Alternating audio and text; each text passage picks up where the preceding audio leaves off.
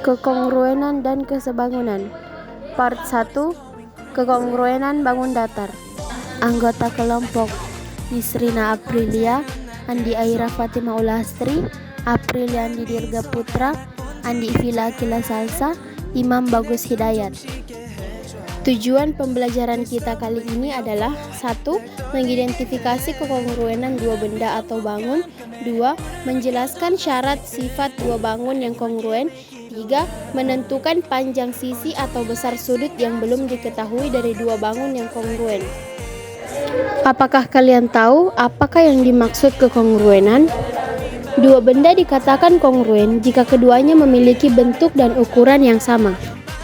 Misalkan saya punya dua pas foto, yaitu pas foto A yang framenya hijau dan pas foto B yang framenya kuning. Keduanya berukuran sama persis, yaitu 4 cm dan 6 cm.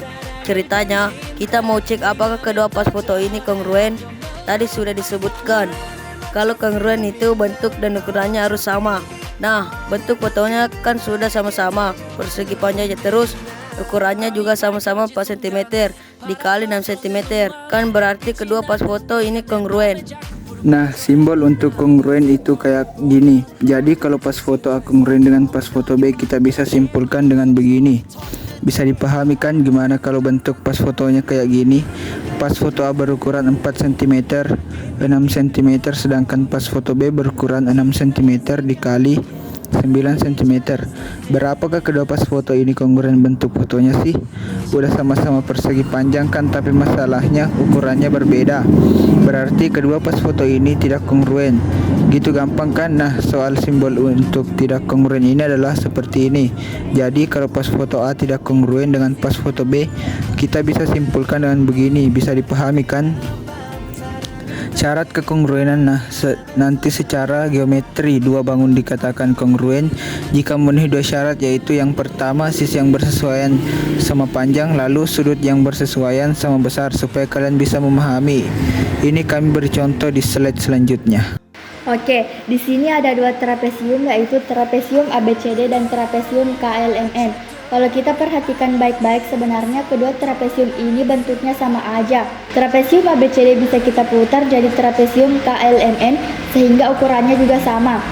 Sebenarnya kedua trapesium ini kongruen karena bentuk dan ukurannya sama. Sekarang kita mau lihat lebih spesifik lagi syarat kongruennya. Yang pertama, sisi yang bersesuaian harus sama panjang. Sisi yang bersesuaian itu yang mana aja sih? Misalnya, kita fokus ke sisi AB bersesuaian dengan sisi KL. Dari mana? Lihat aja simbolnya sama, berarti panjangnya sama sehingga AB dikatakan bersesuaian dengan KL. Lanjut, berarti BC bersesuaian dengan LM, CD bersesuaian dengan MN, dan terakhir sisi DA bersesuaian dengan NK. Itu bisa dipahami kan tentang sisi yang bersesuaian. Sekarang kita bahas sudut yang bersesuaian.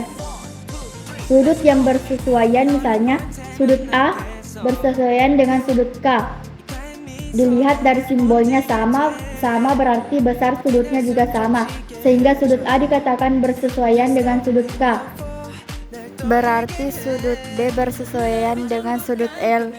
Sudut C bersesuaian dengan sudut M, dan terakhir sudut B bersesuaian dengan sudut N. Bisa dipahami tentang sudut yang bersesuaian. Terakhir, sebelum ke contoh soal, kami mau menekankan penulisan kekongruenan. Kalau kita mau menulis trapesium ABCD kongruen dengan trapesium KLMN, berarti kita menulisnya seperti ini. Apakah boleh start dari huruf B? Boleh, tetapi urutannya harus sesuai. Oke, sekarang kita masuk ke contoh soal pertama. Tentukan bangun-bangun yang kongruen. Seperti yang kita sudah pelajari tadi, kalau kongruen berarti bentuk dan ukurannya sama kan? Nah, di sini kita tinggal lihat aja yang kongruen kan di sini. Berarti si A sama D sama M kan? Ya udah, berarti itu salah satunya ya A. A kongruen dengan D, kongruen dengan M. Terus masih ada lagi nih, I sama L. Sama kan tuh, bentuknya sama, ukurannya juga sama. Jadi I sama L kongruen. Udah kan, itu aja yang kongruen. Ya udah, berarti dua jawaban ini gampang kan? Jika dua gambar di atas kongruen, maka tentukanlah nilai A dan B kalau kedua bangun di atas ini kongruen. Ini segi empatnya segi empat sembarang, nggak ada sisi-sisi yang sejajar pada segi empat ini. Nah, gimana cara kita menentukan sisi mana yang bersesuaian? Perhatikan sudut dan tanda-tanda pada gambar. Ini garisnya 1, ini garisnya 1, ini garisnya 2, ini garisnya 2. Sehingga yang tandanya sama itu panjangnya sama. Kalau ini yang dari 1 kita anggap sebagai sisi X panjangnya, maka ini juga X panjangnya. Kalau yang 2 garis ini sisi Y, maka yang 2 garis ini juga sisi Y. 140 derajat ada di antara X dan Y. Ini 140 derajat juga berada di antara X dan Y. Nah, kita tinggal cocokkan saja berdasarkan posisinya. Untuk sudut A itu kalau kita lihat urutannya 140 garis 2 baru kemudian A. Berarti kalau kita sesuaikan sama di sini 140 garis 2 85, otomatis kita bisa simpulkan A itu sama dengan 85 derajat. Lihat saja urutannya 140 Y A, 140 Y 85. Berarti A-nya 85 derajat. Terus yang 65-nya ada di mana? 140 X sama 65. Berarti ini besarnya adalah 65 derajat. Oke, terus gimana cara kita mencari nilai B? Karena ini sebuah segi 4, ingat total sudut segi 4 adalah 360 derajat. Jadi kalau setiap sudut ini kita jumlahkan berarti 360 derajat. Jadi kalau 140 ditambah 65 ditambah sudut A ditambah sudut B itu nilainya adalah 360 derajat. Oke, karena A-nya udah ada 85, 140 ditambah 65 sama dengan 205 ditambah A nilainya 85 ditambah B sama dengan 360 derajat. 205 ditambah 85 itu nanti dapatnya 290 ditambah B sama dengan 360 derajat. Berarti B saja itu sama dengan 360 dikurangi sama 290.